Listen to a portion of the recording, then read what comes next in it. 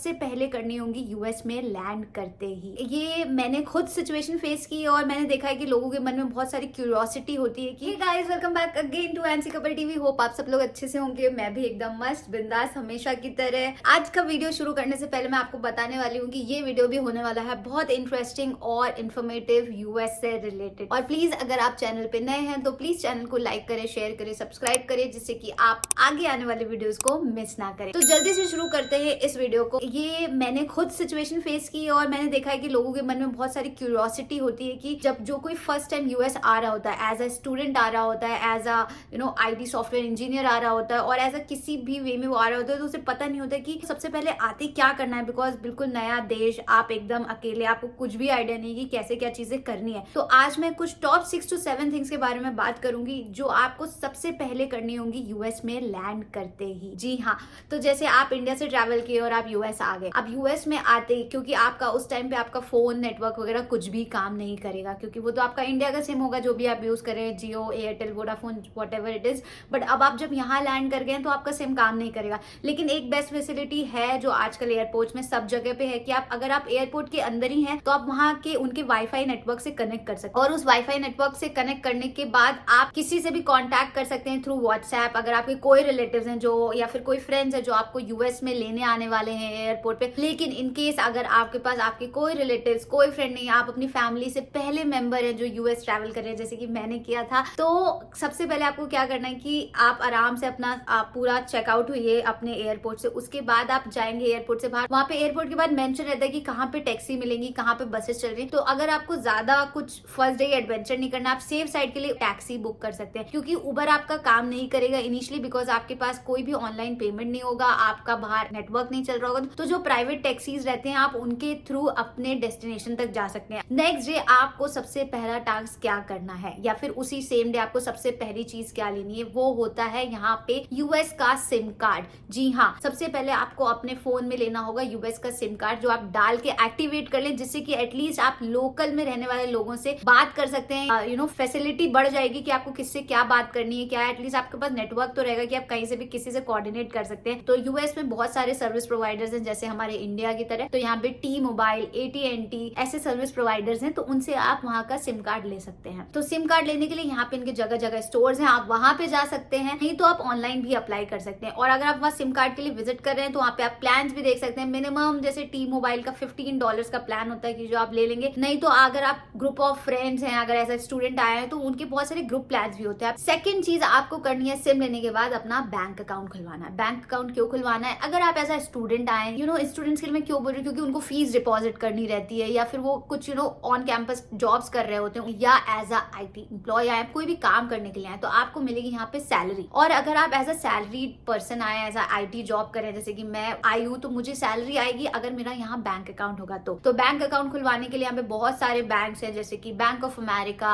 Chase और भी बहुत सारे। आप किसी में भी जाके अपना सबसे पहले बैंक अकाउंट खुलवाए। यहाँ पे बैंक अकाउंट खुलना प्रोसेस बहुत ही सिंपल है। तो आपको लेकिन अपना पासपोर्ट कैरी करना होगा, बिकॉज आपके पास इनिशियली कोई भी आइडेंटिटी प्रूफ नहीं है यूएस का। तो इसलिए आप अपना पासपोर्ट लेके जा सकते हैं। आप जहाँ पे रह रहे हैं वहां का डॉक्यूमेंट सबमिट कर सकते हैं कि करेंटली आप कहाँ स्टे कर रहे हैं, और आपके पास आपका फोन नंबर होगा। इन सब डॉक्यूमेंट्स के थ्रू आपका यूएस में बैंक अकाउंट खुल जाएगा। Number 2 checklist done. अब बात करते हैं थर्ड चीज पे, जो कि है एसएसएन। जी हाँ, एसएसएन यहाँ का एक बहुत ही इंपॉर्टेंट आइडेंटिटी प्रूफ होता है। जैसे हमारे इंडिया में होता है आधार कार्ड, सेम उसी बेसिस पे यूएस में होता है SSN, that is social security number.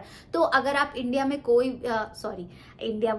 अगर आप यूएस में कोई भी जॉब कर रहे हैं और अगर आपको सैलरी आ रही है, आपका कोई भी ट्रांजैक्शन हो रहा है, तो आपका एसएसएन बनना बहुत जरूरी है। तो मेक श्योर करें कि तीसरी चीज आप करें कि आप एसएसएन के लिए अप्लाई करें। आप आईटी प्रोफेशनल्स हैं तो आपको तो सैलरी आ रही है, इसलिए आपको सोशल सिक्योरिटी नंबर बनवाना है। लेकिन अगर आप स्टूडेंट हो तो आप ऑन कैंपस जॉब कर रहे होंगे, इसलिए आपको भी सोशल सिक्योरिटी नंबर बनवाना पड़ता है। सोशल सिक्योरिटी नंबर बनाने के लिए अपना कोई एड्रेस प्रूफ लेके जाना होता है, जिसके बेसिस पे आपका सोशल सिक्योरिटी नंबर बनेगा। अपना फोन नंबर देना होगा, अपना पासपोर्ट लेके जाना होगा। ये सारे इनिशियल डॉक्यूमेंट्स हैं, उनकी चेकलिस्ट है जो आप पोर्टल पे भी जाके चेक कर सकते हैं कि क्या क्या डॉक्यूमेंट्स लेके जाने होते हैं, और वो सोशल सिक्योरिटी नंबर बनता है आपका। जब आपका पूरा प्रोसेस हो जाएगा, उसके बाद 7 to 8 डेज में जो भी आपने एड्रेस दिया होगा, तो आपके घर में वो सोशल सिक्योरिटी नंबर का कार्ड जो है वो आ जाता है डॉक्यूमेंट। मेक श्योर करें वो सोशल सिक्योरिटी नंबर जो आ रहा है आपको कहीं भी अनऑथराइज जगह पे शेयर ना करें, कोई भी उसको पूछता नहीं है। बैंक में आपको अपडेट करना होगा, आपने जो बैंक अकाउंट खुला है तो आप बैंक अपनी जाके वो अपना नंबर वहां पे अपडेट करा सकते हैं कि ये मेरा so and so social security number है। ये हो गए सबसे 3 मेजर इंपॉर्टेंट चीज जो आपको सबसे पहले आते ही करना। अब करते हैं, अब आपने एसएसएन भी अप्लाई कर दिया, आपके पास एसएसएन भी आ गया है, तो है 4th चीज यहाँ पे क्रेडिट कार्ड लेना बहुत इंपॉर्टेंट है यूएस में, क्योंकि यहाँ पे होता है क्रेडिट स्कोर, जिसके बेसिस में जैसे अगर आप यहाँ रह रहे हैं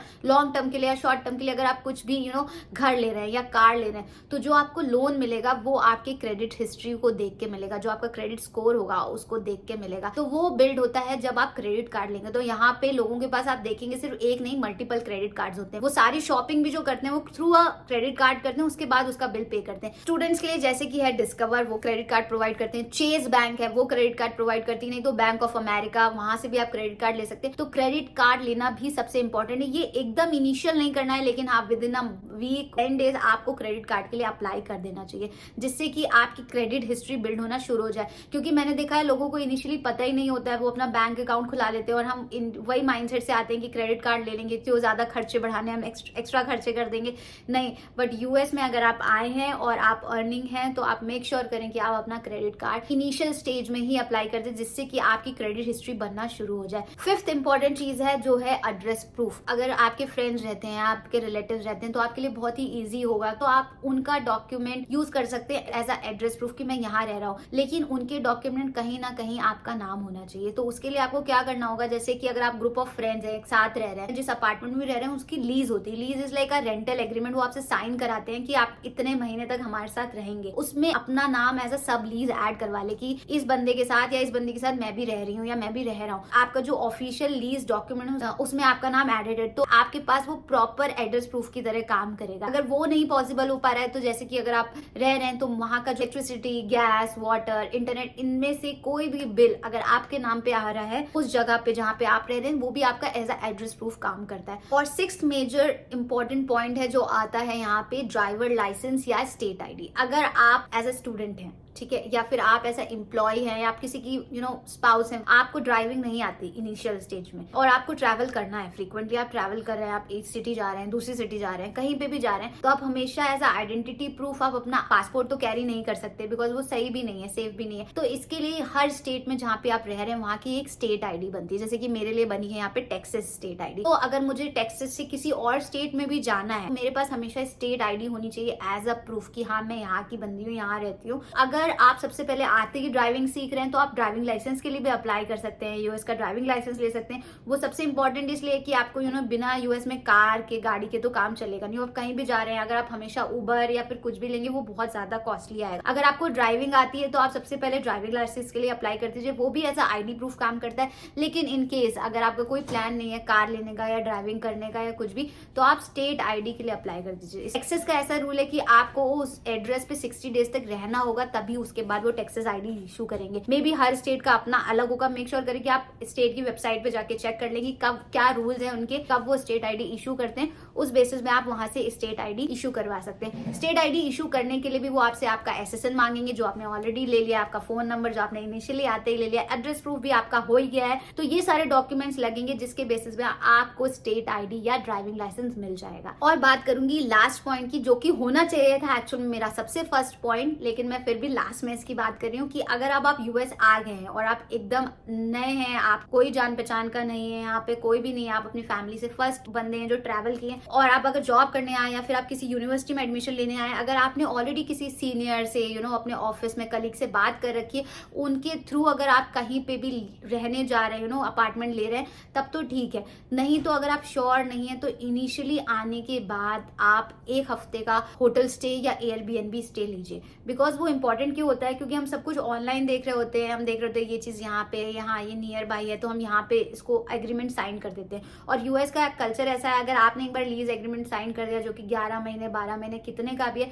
तो उससे पहले आप छोड़ नहीं सकते, और छोड़ना भी तो आपको एक बल्क अमाउंट देना पड़ता है। तो उससे पहले बेटर है कि आप पहले यूएस आने के बाद 1 हफ्ते तक उस प्लेस को पूरा एनालाइज कर लीजिए। आपको जहाँ पे मेन जगह पे रहना है तो आप वो फाइनलाइज कर लीजिए उन 7 से 8 दिनों में कि हाँ मुझे यहाँ रहना है, ये प्लेस सबसे सूटेबल है, ये प्लेस सेफ है है कि नहीं, तो उसके बाद ही आप जो भी कोई डॉक्यूमेंट है, लीज डॉक्यूमेंट या कुछ है, तो वो साइन करिए। तो मैं फिर से आपके लिए सब कुछ जल्दी से क्विकली समराइज कर देती हूँ कि आप यूएस में तो आ गए, अब आपको पता नहीं है क्या करना है। तो सबसे पहले आपको क्या करना है, सबसे पहले आप अप्लाई करेंगे सिम कार्ड के लिए। सेकंड, आप ओपन करवाएंगे अपना बैंक अकाउंट। बैंक अकाउंट के बाद आप अप्लाई करेंगे एसएसएन के लिए।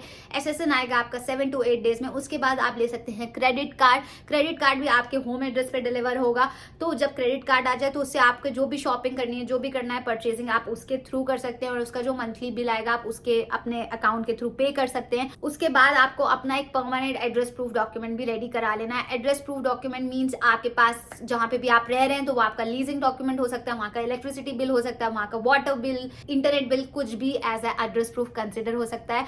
और ड्राइवर लाइसेंस या स्टेट आईडी भी एज अ एड्रेस प्रूफ काम करता है। तो इसके लिए आपको उसके लिए भी अप्लाई करना होगा। पॉइंट नंबर 6, तो आप ड्राइवर लाइसेंस या स्टेट आईडी के लिए अप्लाई कर सकते हैं। अगर आप ड्राइविंग आती है आपको, तो आप ड्राइवर लाइसेंस के लिए अप्लाई कर दीजिए। उसके लिए भी एक लंबा प्रोसेस है। मे बी मैं आगे आने वाले वीडियोज में जब खुद भी पक्के से ड्राइविंग सीखूंगी तो जरूर बनाऊंगी, जिससे कि आपको हमेशा वो कैरी करना होगा अपने साथ। आप कहीं पे भी ट्रैवल कर रहे हैं, आपको पासपोर्ट कैरी करने की जरूरत नहीं है। होप ये इन्फॉर्मेशन आपको अच्छी लगी होगी, और अगर अच्छी लगी है तो प्लीज चैनल को लाइक करें, शेयर करें, सब्सक्राइब करें। मैं ऐसे ही इन्फॉर्मेटिव वीडियो आपके लिए लेके आती रहूंगी। तो अगर आप चैनल पे नए हैं तो प्लीज चैनल को लाइक करें, शेयर करें, सब्सक्राइब करें। हमें अच्छा लगता है जब हमारे सब्सक्राइबर बढ़ते हैं, लाइक्स बढ़ते हैं, लोगों के कमेंट्स आते हैं कि उनको ये इन्फॉर्मेशन पे वीडियो चाहिए, तो थोड़ा और मोटिवेशन आता है। तो हम उसी टॉपिक्स पे और रिलेवेंट इंटरेस्टिंग वीडियो बनाएंगे।